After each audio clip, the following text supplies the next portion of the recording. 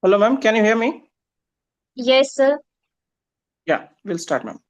Very good evening to one and all. Myself, Dr. Nagraj from IIP Digital Media Team. I'll be host for today's webinar on pre and post spinal surgery rehab on 24th August 2025 by resource person Dr. Vidhu Ashni, organized by IIP Women's Health Delhi State. The Indian Association of Physiotherapists is the oldest and largest representing association of the physiotherapists in India since 1955. The IAP digital media team consists of a group of physios who handles all the social media platforms like Zoom, webinar, live streaming, IAP profiles on social media platforms like Facebook, Instagram, Twitter, LinkedIn, YouTube, and so on. So follow the IAP profiles on these social media to receive notifications for our events such as webinars, workshops, CMEs, conference, health camps, blood donation drive, and to know about the recent updates on the physiotherapy, subscribe to the YouTube channel of IIP Physiotherapy and to get a notification of our live webinars. In the playlist section of this channel, webinars are segregated into the various folders on topics like orthopedics, neurology, sports, fitness, and pediatrics, cardiopulmonary, women's health, research, cancer, rehab, etc. For easy access, the social media links will be shared in the chat shortly. So with the best wishes, I would like to hand over the today's webinar session to Dr. Shweta Sharma. Over to you, ma'am. Thank you. Thank you. Good evening, everyone. As we have already covered in the series of this webinar, the topics were myths and facts about spinal surgeries and also back pain when to intervene by Dr. Bhupender. And today's webinar is on post and pre spinal surgery rehabilitation. I am Dr. Shweta Sharma, moderator of today's session. Rehabilitation before and after spine surgery is crucial for optimal recovery and long term success. Pre surgery rehabilitation strengthens the body, improves the flexibility, and prepare patients mentally and physically. While post surgery rehab focus on the restoring mobility, reducing pain, and preventing complications. Together, they both enhance the healing, speed up recovery, and improve overall quality of life. Today, this session is packed with valuable insights for you. We are honored that we have today with us Dr. Vidhu Vashne, who brings extensive experience in the spinal rehabilitation and physical therapy. Dr. Vidhu is a licensed senior consultant neurophysiotherapist with over 15 years of experience in guiding patients through recovery from complex neuro and spinal conditions and surgical conditions. She is the founder of Neuroactive Clinic, where she specializes in the creating personalized rehabilitation program focused on the long-term recovery and improved function. Dr. Vidhu has contributed extensively to the field through numerous publications and presentations in reputed journals and conferences. Dr. Vidhu is a passionate about educating patients and professionals alike on the evidence-based approaches in the spinal care. We are excited to learn from their expertise today. Without further delay, please join me in welcoming Dr. Vidhu Vashne as we dive into the crucial role of rehabilitation before and after spinal surgery. Over to you, Dr. Vidhu.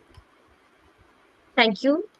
Thank you so much, Dr. Shweta, for a nice and a warm, very nice, introduction. Thank you. I think let's start the webinar itself. Pre and post, we have already aware of the pre and post spinal surgery rehabilitation. We are going to discuss it in elaboration because we are not, there is not much very detailed study has been done on pre and post spinal surgery rehabilitation. So we are just going through with the step by step pre and post spinal surgery in the case of the cervical spine as well as in the lumbar spine.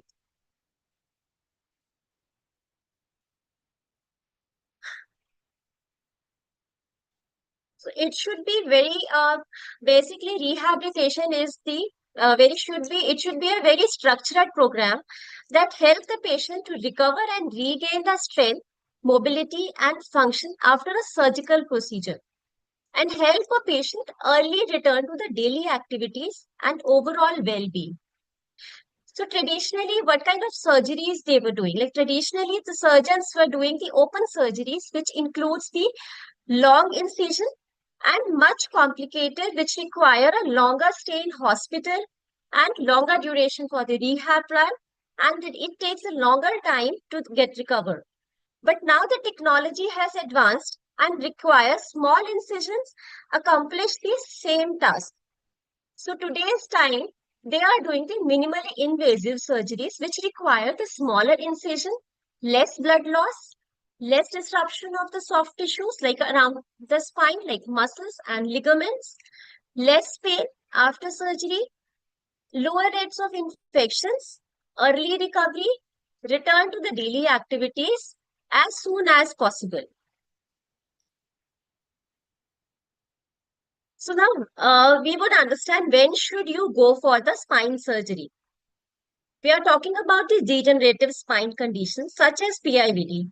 When the conservative treatment has fallen off, like when the conservative treatment is not giving any kind of results and the patient is having severe and unbearable pain and which is not getting relieved by the conservative mode of the treatment, like the physiotherapy or acupuncture or any other kind of uh, conservative treatment. Then the stenosis. If the PIVD is there, there could be a possibility of the stenosis. If the nerve is get impinged and it is getting compromised and giving the radiating pain towards the upper extremity or the lower extremity through the spine, so it can also get treated by the surgery if it is not getting the treatment under the conservative treatment. Then the spondylolisthesis. What is spondylolisthesis? Spondylolisthesis means the slip of the vertebra over the other vertebra, losing its alignment. Then cauda equina. Cauda equina is the nerve roots get compresses at the end of the spinal cord. Then spinal deformities like the scoliosis, kyphosis, increased lumbar lordosis, or the increased cervical lordosis. Then any kind of spine infections like osteomyelitis, epidural abscess, sepsis, trauma, any kind of fracture cases, tumors, instability of the spine, when the spine is in the abnormal movement and bones, they are very painful. They are not in the alignment. Then come to the types of minimally invasive spine surgeries. What are the types of the surgeries which the surgeons are doing right now? Dissectomy, the herniated disc has to be taken off, or the microdissectomy, the part of the herniated disc is taken off. Then corpectomy, the vertebral body is taken off, and then laminectomy, lamina is taken off. Then spinal decompression, the bones or the any tissues or the any structures which are compromising the spinal cord, they they've taken it out. And then the spinal fusion surgeries are there. Then kyphoplasty or vertebroplasty, lateral lumbar interbody fusion. So there are lot many surgical types are there. Lot many surgeries are nowadays they are performing. But important is to go for the pre and post rehabilitation for after and before the surgery, which improves the recovery period. So for preoperative rehabilitation, patients should undergo a thorough evaluation to understand the lesion behavior. They have to, we should tell them about the posture awareness, range of motion, the available range of motion of the neck as well as the shoulder movements, and then movement, the static and the repeated movements. If the person is able to do, then the strength. We can check the MMT if patient allows.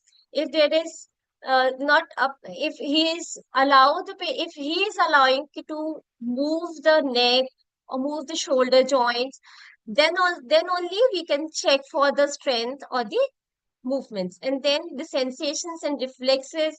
Then we can go for the neurological examinations as well for the nerves in ULTT, etc. Therapists will we have to identify the provocative postures, movements, and then determine the directional preferences which reduces the pain. irrespective of the methods of assessment or treatment used, right? Avoid the position that increases the intradistal pressure. So that's why I told that we have to be very careful about checking the movement by assessing while assessing the movement and the strength. The prehabilitation of the cervical spine surgeries. If the patient has to go for the cervical spine surgery, he has to go for the prehabilitation assessment and then the treatment protocol before the surgery. So, relative rest is the important part of that phase, because the patient is in pain, a severe pain. So we need to give them relative rest, use of cold packs for at least 3 to 4 times. That reduces the inflammation. And then modalities of pain relief. The first and foremost priority is the pain relief. So how we can relieve the pain before the surgery, or we can reduce the pain, at least we can centralize the pain before the surgery. Then movements in available and pain-free range of motion. As much as possible, we can go for the active range of motion, which are available at that moment. We should not go for beyond the pain-free ranges or beyond the movement which are not available, which patient is not able to do. Then isometric exercises. Isometric exercises is the foremost important part of the rehabilitation or the prehabilitation, basically. Isometric exercises, there is no movement required. So patient can perform those isometric movements without doing any kind of movement of the neck. So that is the main important, and that at least preserve the strength as well. So that is the important part of rehab or prehab at that moment. Then chin tuck-ins, then shoulder stretches. We can go for the shoulder stretches if the patients allow. Then the last is the last and not the least. This is the important line which we need to take care of. The repetitions, sets, hold time, rest time. These are the important parameters which we need to take care of as tolerated by a patient. We should not go beyond the patient's tolerance.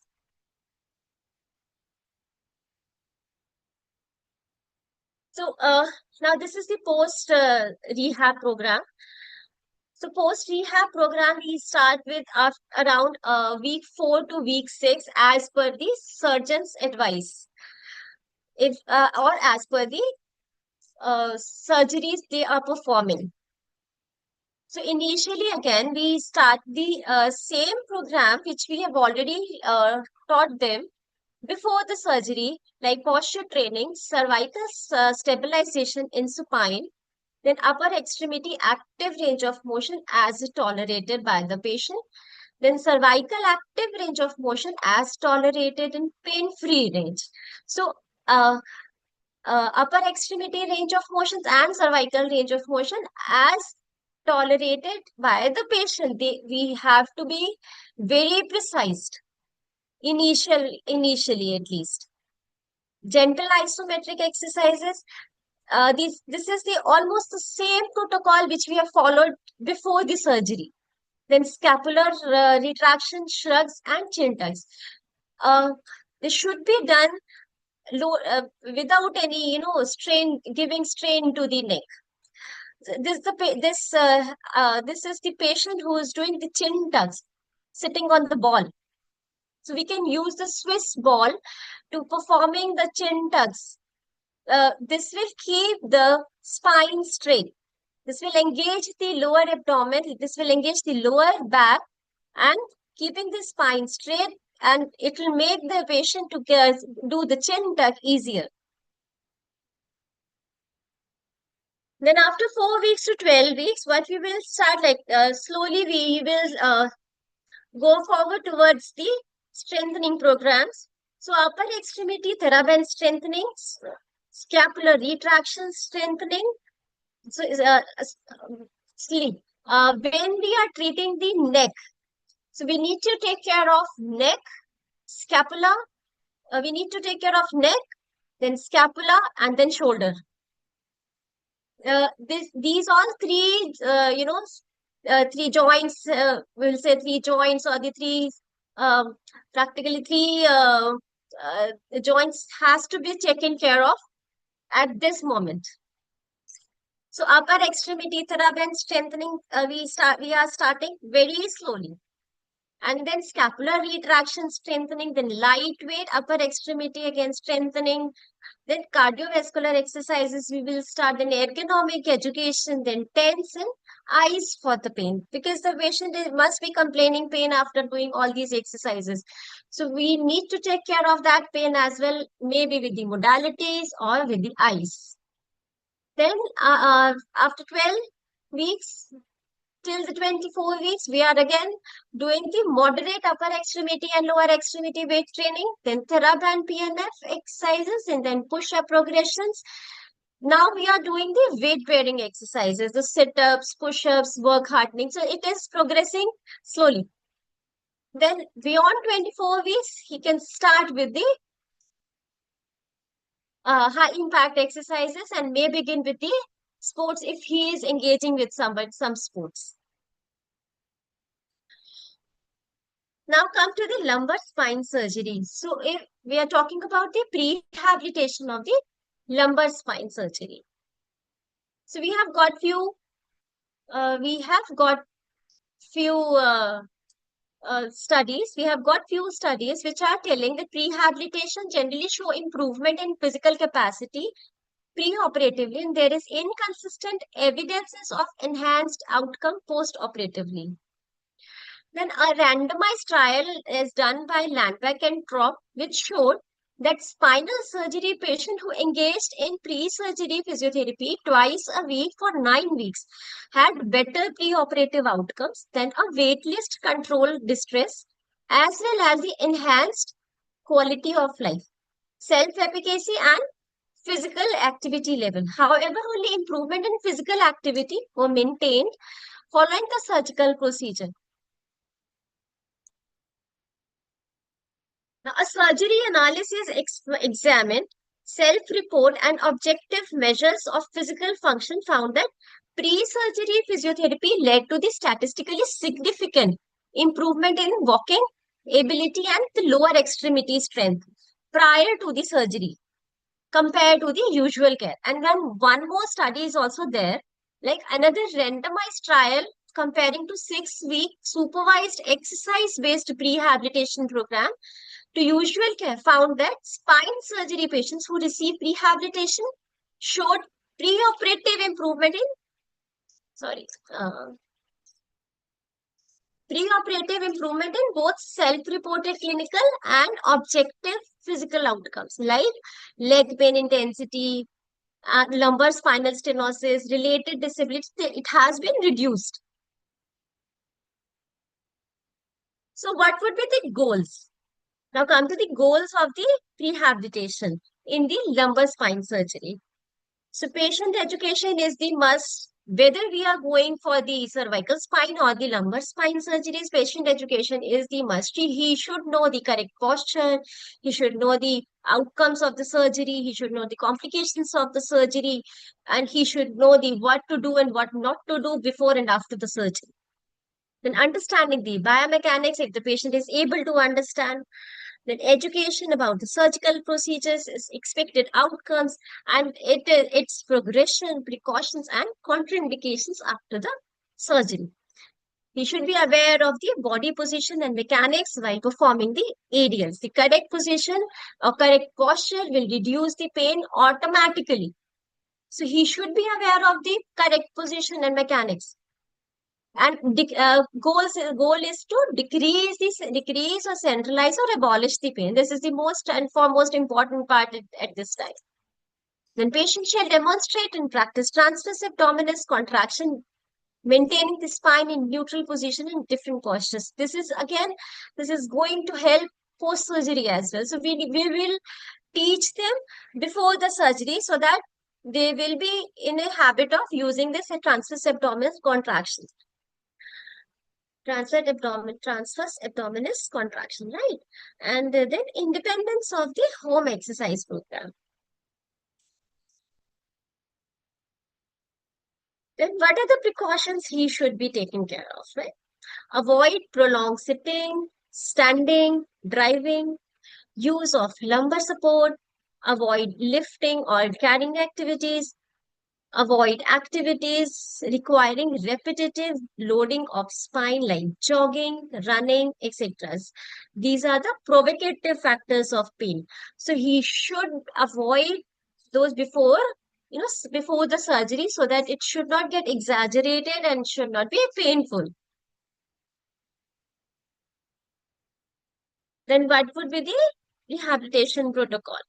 Relative rest, use of the cold pack at least 3 or 4 times, then modalities for the pain relief, ultrasound, ice, and then TENS, then lumbar stabilization. Again, we did chin tuck in the cervical spine, and now the lumbar tuck in, the tummy tuck in the lumbar stabilization. Initiated in the unloaded position, which is the unloaded position is the crook line, where the whole spine is supported, and advance to loaded position, then going to the sitting and then standing. Then active range of motion of the lumbar spine in the to reduce or centralize or abolish the pain in the available range or the pain-free range, or whatever the patient is able to perform. Again, the repetitions, sets, and hold time, rest time is the important as tolerated by the patient.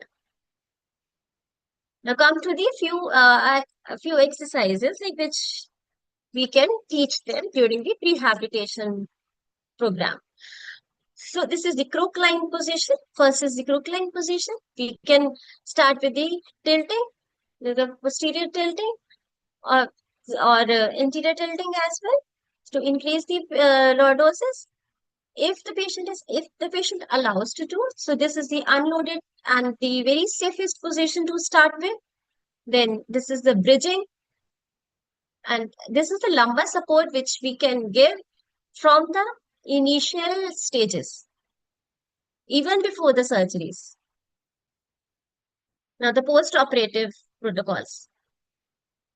So, therapists can initiate the early rehabilitation after lumbar spine surgery as soon as possible, because the early rehabilitation will give you the good results and early recovery.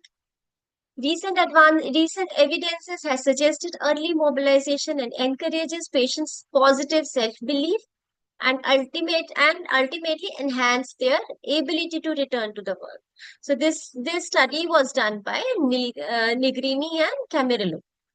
The other research is also has shown that conflicting findings regarding the initiation of the rehabilitation immediately after the lumbar surgery, but none of these studies has reported that any side effects. So if they are not saying, okay, this is going to help you after the surgery, or uh, after the surgery, they are not saying that this is having any kind of adverse effect. So rather supported the fact that early lifting of the post-operative limitation result in lesser number of problems, the lesser number of complications after the surgery. Now we have divided it into the 4 phases. So phase 1 is the day 1 to day 6. So what are the goals for the phase 1? Protection of the surgical site, pain control, initiate walking as tolerated, independence in performing the bed mobility, sit to stand, and toileting by the day 2. What are the precautions? Avoid prolonged sitting or standing, avoid bending, lifting, carrying activities, avoid Valsalva maneuver which can increase the pain, avoid all sporting activities. So what would be the rehab program protocol? Initiate and practice a log rolling. At that moment, like when the patient is into acute phase after the surgery, inflammatory phase after the surgery, so he should not bend the spine forward or tilt the spine in any kind of direction, in any direction.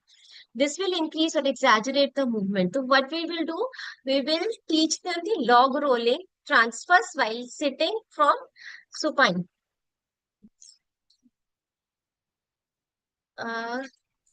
See, this is how the patient will do the log rolling. clasp the hands, both hands, and straighten the elbows and shoulders, and then the head, shoulder, back, knee, and foot and heels. This all will go in a one go, like a log. So what all basic exercises? We will start with the abdominal drawing in, like tummy tuck in, and then gluteal squeezes, ankle foot pumps.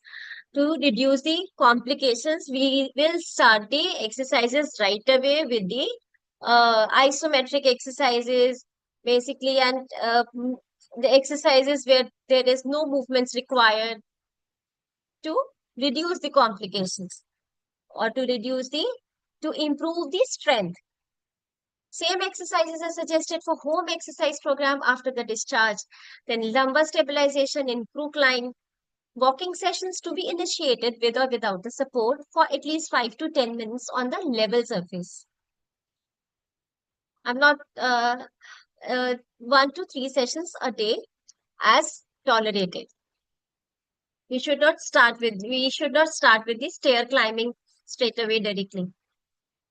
Then walking sessions to be initiated with or without support.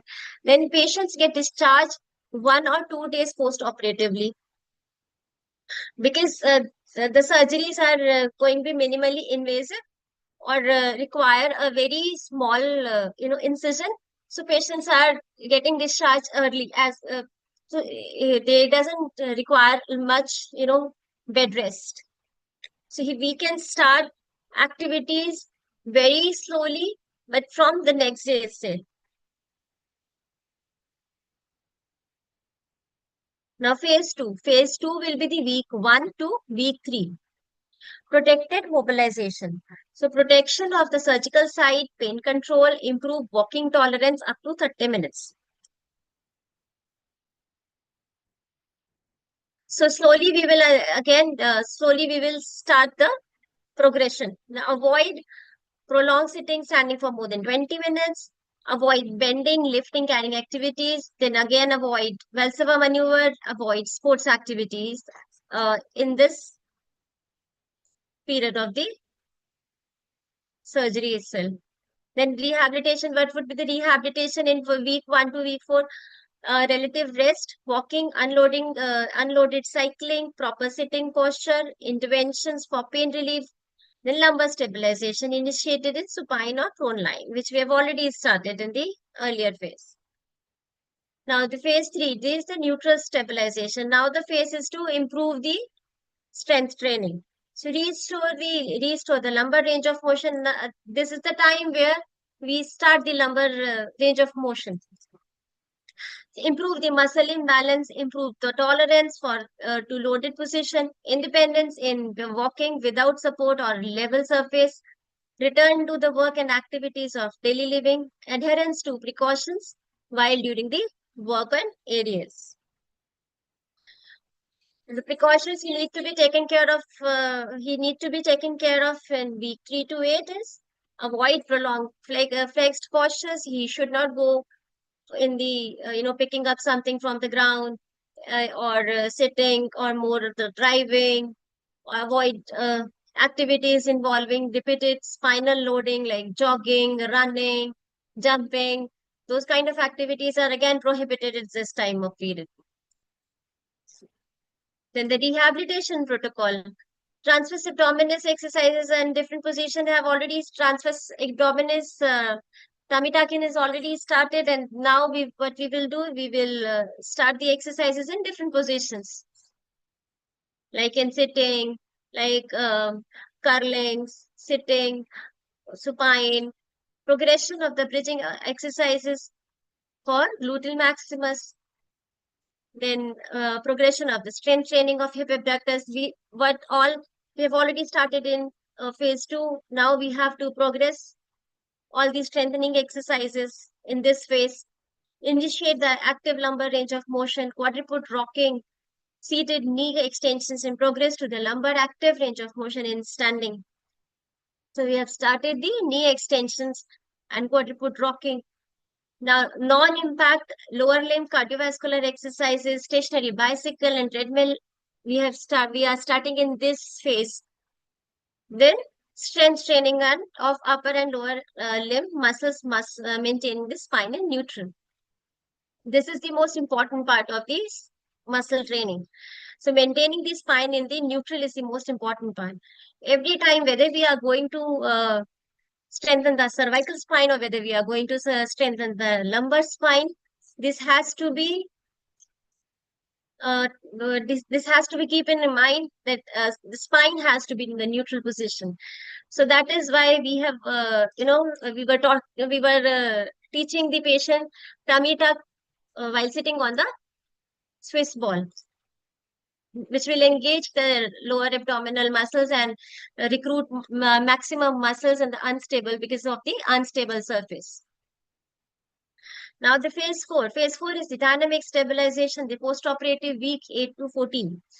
What are the goals? That demonstrate the 5-on-5 lower limb strength, then perform dynamic stabilization without discomfort, able to perform the repetitive lumbar spine motion. We have already started with the lumbar spine motion. Now we are increasing the repetitions in all planes. So now ability to return to the actual working situation and performing the recreational activities. Now the precautions. What are the precautions we need to take care of? Like avoid aggravation of the symptom. If there is any kind of aggravation of the symptom, we should talk to the surgeons and your rehab planner or physical therapist before before progressing is to the further before going it for the further exercise. So aggravation should not be there while doing any kind of activity, while doing any kind of exercises. There should not be increase of pain, there should not be increase of discomfort. Now come to the rehabilitation protocol. The progression of the core stabilization, strengthening, progression of the cardiovascular training.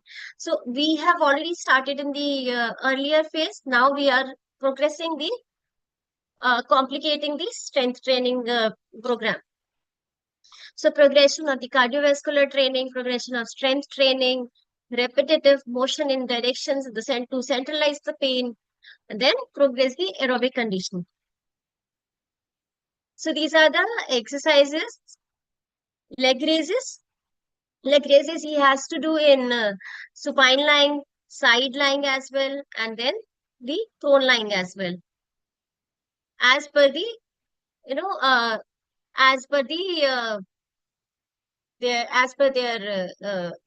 recovery period, as per their recovery period. So this is the quadricep stretch. If the person is doing in a very comfortable position, they all these has to be done in a very comfortable position. This is the alternate arm and leg raises in the quadruped position, and then this is the hand stretches. Here we can just pull it downwards and straighten the knee. So this will stretch the whole thigh back.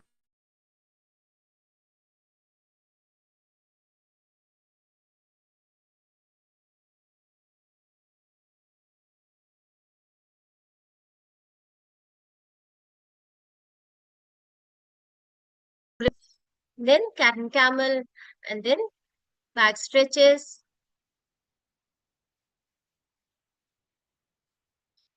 So now these are the exercises which we can perform with the Swiss ball to keep the spine in the neutral position.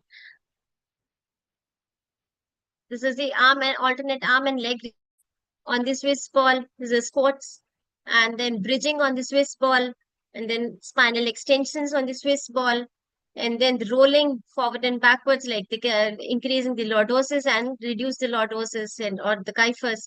So this will improve the lumbar mobility. Now the recent advances in rehabilitation nowadays is the virtual reality days. So recent advances in the rehab following the lumbar surgery. The role of virtual reality based interventions in managing patients after spinal cord injury has been researched. Well, its application in this rehabilitation after the spine surgery is limited. Although the physical therapy interventions, application, or rehabilitation after the spine surgery is all limited in all the fields. So we need to work on that as well. We need to do evidence-based practices, and we need to do more research on this as well. We need to compare. We need to do the comparison of the uh, rehabilitation post surgery, as well as with the control group without the rehabilitation post surgery. So because of its unique features such as simulation of the real world environment, along with the ability to capture body's movement, velocity, give visual, auditory, tactile feedbacks, makes it promising rehabilitation tool. So virtual reality basis nowadays, rehabilitation intervention. So recent systemic review has identified promising use of virtual reality in assessment and training following the cervical spine surgeries to enhance patient recovery, but lacks any experimental findings. So applicability of the virtual reality in management of the LBP has been recently discussed, but its direct role after the lumbar spinal surgery needs to be extensively studied and documented more. So now come to the conclusion. Healthcare professionals should lay emphasis on preoperative rehabilitation to ensure early recovery in post-operative phase. Proper education and engagement of the patient in deciding the treatment options is important. Immediate post-operative rehabilitation leads to faster reduction in pain and disability. And then the suitable assessment in phasic manner following the precautions and exercises as recommended will bring better surgical outcomes. So, we are going to conclude that rehabilitation will ensure the early recovery post-operative phase. So, now this is all, Dr. Shweta. Thank you so much, Dr. Vidhu. I sincerely appreciate you for a wonderful and insightful session. Your knowledge and clarity about this topic has made the experience enriching and inspiring. I'm very thankful to you. And Thank now you. we are open for the questions. Yes. We have some queries. The first question that I've got is Dr. Vidhu, the first question in the chat box is how long before the spinal surgery should a patient begin the pre pre-operative rehabilitation? This is regarding the operative Yeah. rehabilitation. How long before the spinal surgery It the is patient should? not really documented anywhere how long we have to start the prehabilitation. But yes, definitely a month before or 4 weeks before the surgery, we can start with the prehabilitation.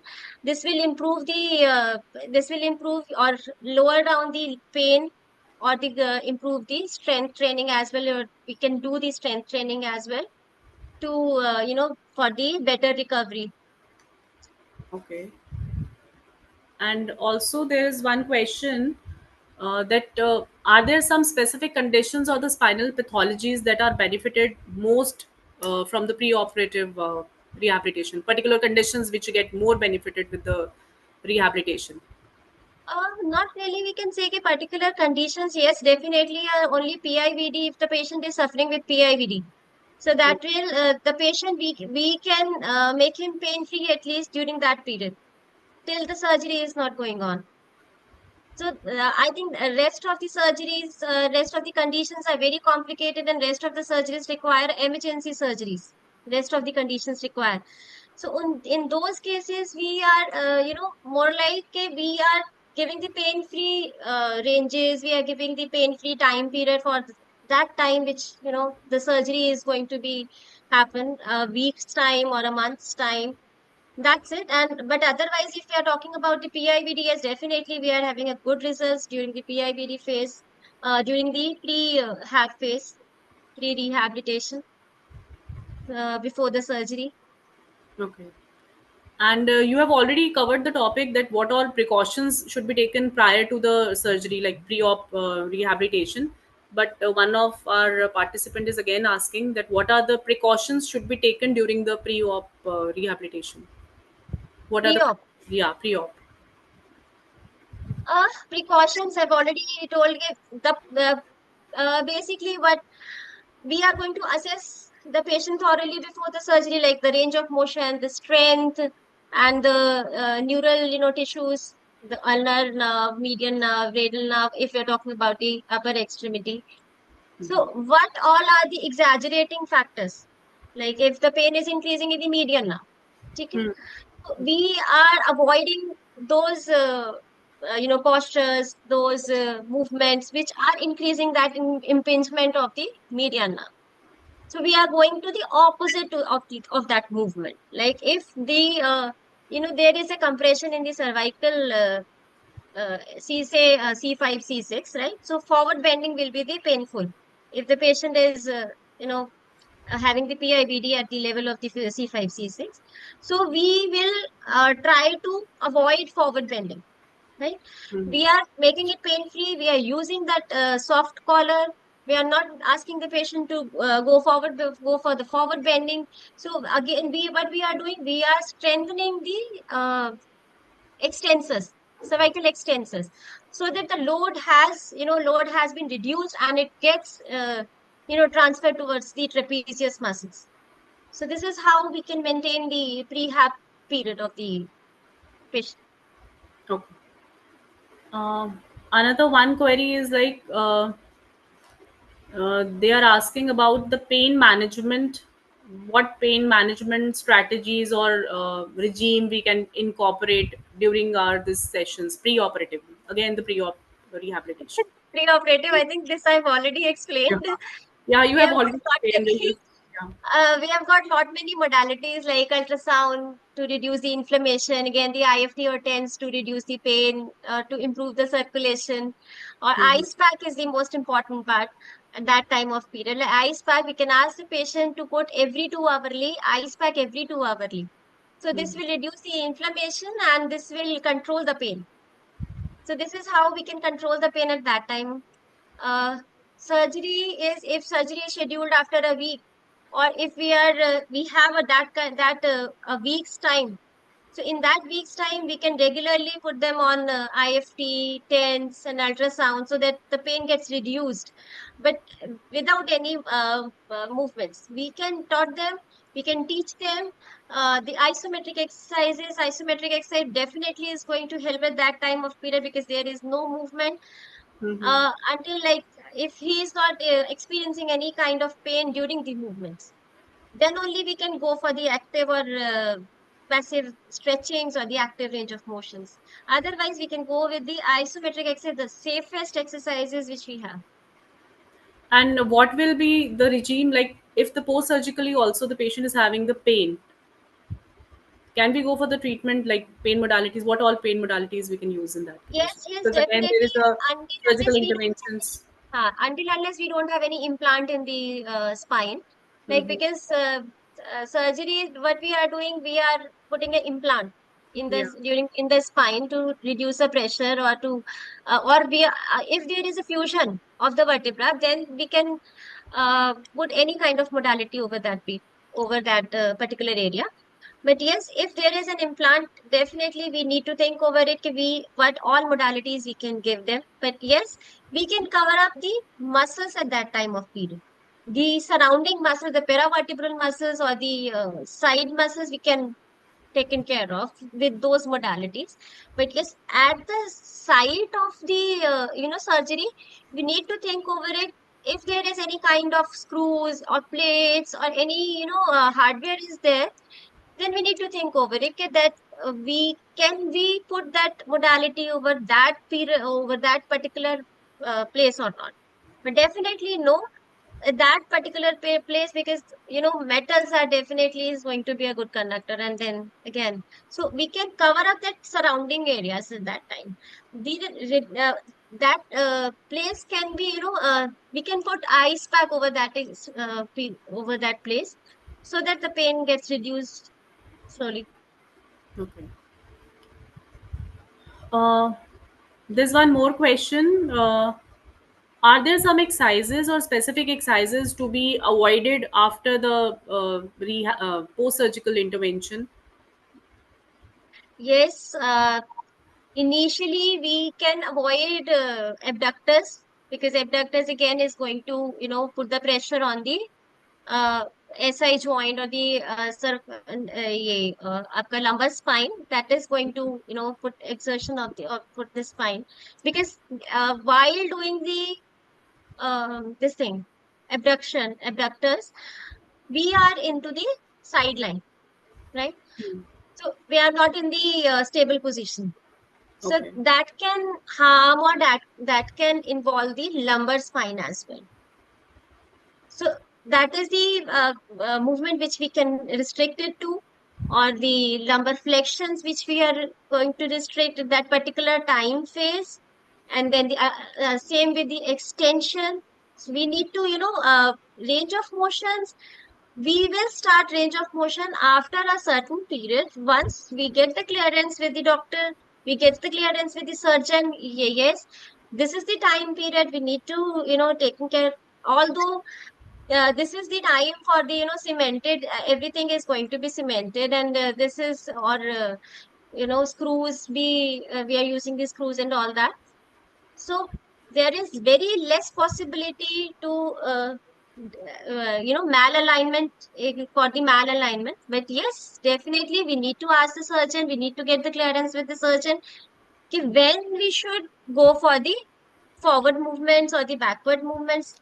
Till then we can start with the uh, you know uh, we can start with very static exercises, isometric exercises, and then slowly we can progress. Once the patient is able to perform the flexion or the extension or the side flexion, slowly we need to assess him regularly.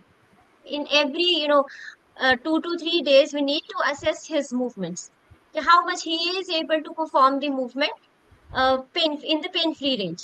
Then only we can start with the movements. Now, with this, now we have end up with the question rounds. There are no further questions, Dr. Vidu. Thank you. So I I again, hope once again, I would be able to solve all your queries. yeah, yeah, absolutely, absolutely. So I once again thank you, Dr. Vidu, for such a wonderful, informative session and sharing your expertise and taking out your time to enlighten us. And also on behalf of Delhi State IAPWC, I would like to extend my heartfelt appreciation to Dr. Sanjeev Jha, President IAP, Dr. Ruchi Vashne, National Head IAPWC, along with Dr. Pooja Sethi, Dr. Neeti Khurana, Dr. Nidhi Kalra, Dr. Aparna, and Dr. Jasmine Kaur Chawla for their unwavering support and dedication for organizing these insightful series of webinars. I also would like to thank the entire digital team, the media team, for seamless coordination and relentless efforts. Also, thanks my all participants for their precious time for attending this webinar. And we look forward to continue this collaboration and many more such enriching initiatives in the future. Thank you once again, all. Thank you so much. Thank you. Thank you, ma'am. We'll end the session now. Yeah, yeah, sure.